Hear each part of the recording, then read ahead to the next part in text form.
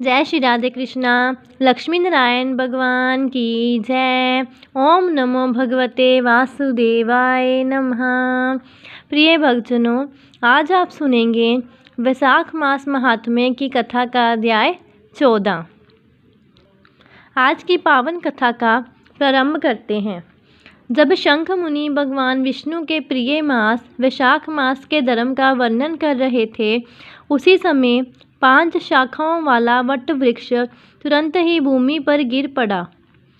उसके खोखले में एक विकराल अजगर रहता था। वह भी पाप योनियम शरीर को त्याग कर तत्काल ही दिव्य स्वरूप हो गया और मस्तक झुकाए शंख के सामने हाथ जोड़कर खड़ा हो गया। श्रुतदेव जी कहते हैं कि तदंतर व्याध सहित शंख मुनि ने विस्मित होकर उससे पूछा, तुम कौन हो और तुम्हें यह दशा कैसे प्राप्त हुई? सर्प ने कहा कि पूर्व जन्म में मैं प्रयाग का एक ब्राह्मण था। मेरे पिता का नाम था कुशीद मुनि और मेरा नाम था रोचन। मैं धनाचर था, अनेकों पुत्रों का पिता था और सदैव अभिमान से दूषित भी था। बैठे बैठे बहुत बकवाद किया करता था। बैठना, सोना, नींद लेना, मैथुन करना, जुआ खेलना और लोगों की बातें करना और सूद लेना, यही मेरा व्यापार था।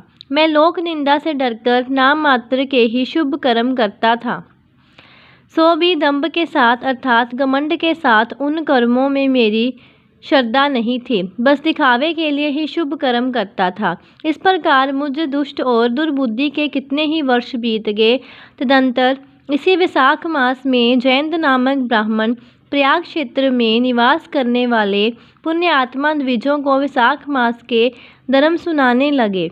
स्त्री, पुरुष, क्षत्रिय, वैश्य और शूद्र सहस्त्रों श्रोता प्रातःकाल स्नान करके अविनाशी भगवान विष्णु की पूजा के पश्चात प्रतिदिन जयंत की कही हुई कथा सुनते थे। वह सभी पवित्र एवं मौन होकर उस भगवत कथा में अनुरक्त रहते थे। एक दिन मैं भी कौतूहलवश देखने की इच्छा से श्रोताओं की उस मंडली में जा बैठा। मेरे मस्तक पर पगड़ी बंधी थी, इसलिए मैंने नमस्कार तक नहीं किया और सांसारिक वार्तालाप में अनुरक्त होकर कथा में विघ्न डालने लगा। कभी मैं कपड़े फैलाता, कभी किसी की निंदा करता, कभी जोर से हंस पड़ता था। जब तक कथा समाप्त हुई तब तक मैंने इसी प्रकार समय बिताया। तत्पश्चात दूसरे दिन सन्निपात रोग से मेरी मृत्यु हो गई। मैं तपाए हुए शीशे के जल से भरे हुए हलाहल नरक में डाल दिया गया और 14 मनवंतरों तक वहाँ यातना भोगता रहा। उसके बाद 84 लाख योनियों में कर्मश जन्म लेता और मरता हुआ मैं इस समय क्रूर तमोगुणी सर्प होकर इस वृक्ष के खोखले में निवास करता था। हे मुनि, सौभाग्यवश आपके मुखराविंद से निकली हुई अमृतमय कथा को मैंने अपने दोनों नेत्रों से सुना, जिसके तत्काल मेरे सारे पाप नष्ट हो गए। हे मुनि श्रेष्ठ, मैं नहीं जानता कि आप किस जन्म के मेरे बंधु हैं, क्योंकि मैंने कभी किसी का उपकार नहीं किया है, तो भी मुझ पर आपकी कृपा हुई है। जिनका चित्त समान है, जो सब प्राणियों पर दया करने वाले साधु पुरुष हैं, उनमें परोपकार की स्वाभाविक प्रवृत्ति होती है। उनकी कभी किसी के भी प्रति विपरीत बुद्धि नहीं होती। आज आप मुझ पर कृपा कीजिए, जिससे कि मेरी बुद्धि भी धर्म में लगे। देवादिदेव भगवान विष्णु की मुझे कभी विस्मृति ना हो और साधु चरित्र वाले महापुरुषों का सदा ही संग प्राप्त होता रहे। जो लोग मध्य से अंधे हो रहे हैं, उनके लिए तो एकमात्र दृढ़ता ही उत्तम अंजन है। इस प्रकार नाक से स्तुति करके रोचन ने बार बार शंख को प्रणाम किया और हाथ जोड़कर चुपचाप उनके आगे खड़ा हो गया। तब शंख ने कहा, हे ब्राह्मण, तुमने वैशाख मास और भगवान विष्णु का महात्म्य सुना है।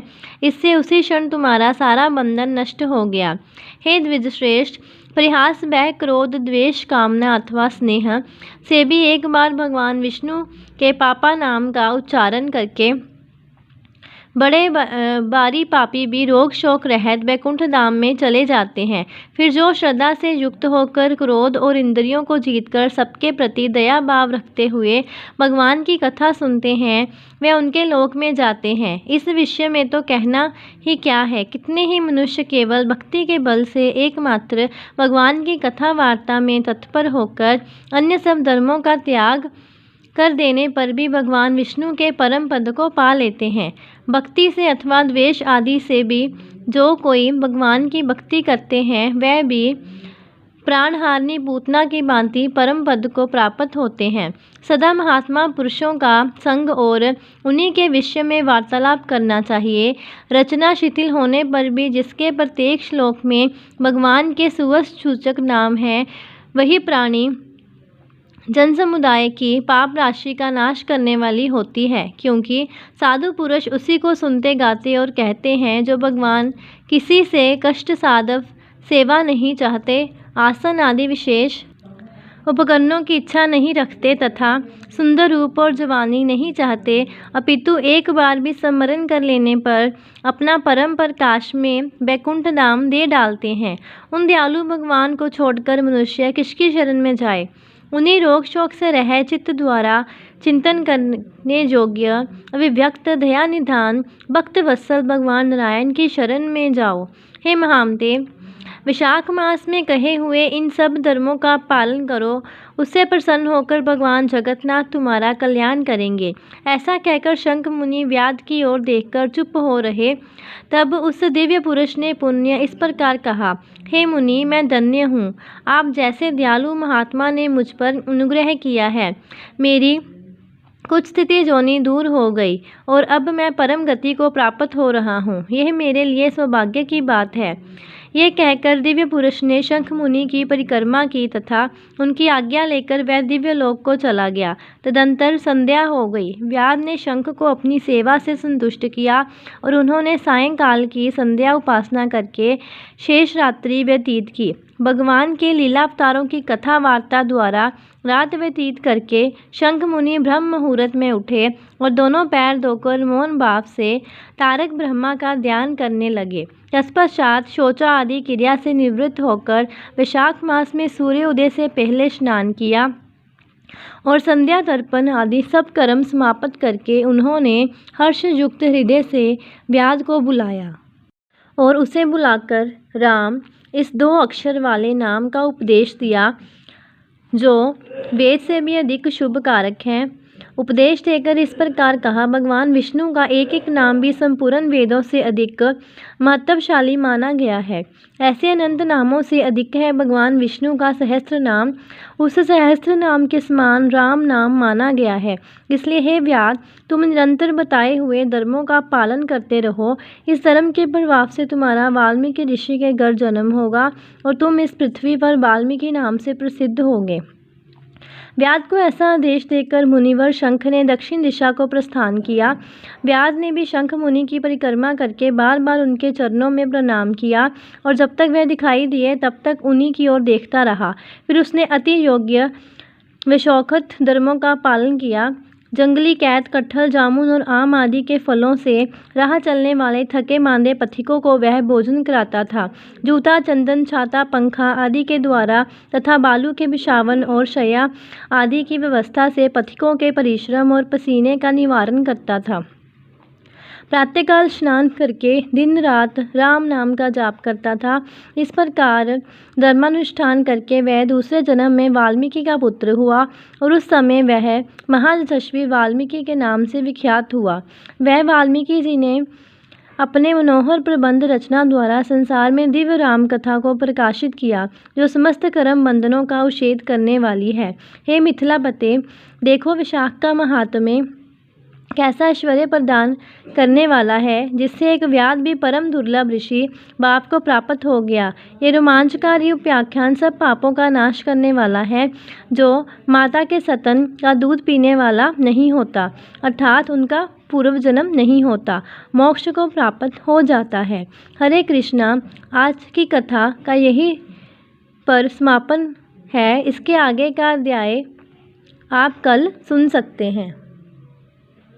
अब सुनते हैं तुलसी मैया की आरती।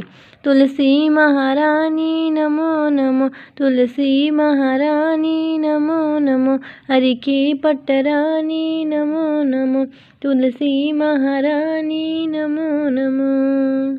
धन तुलसी पूरन तप कीनो, धन तुलसी पूरन तप कीनो, शालिग्राम भनी पटरानी, नमो नमो तुलसी महारानी, नमो नमो हरि की पटरानी, नमो नमो।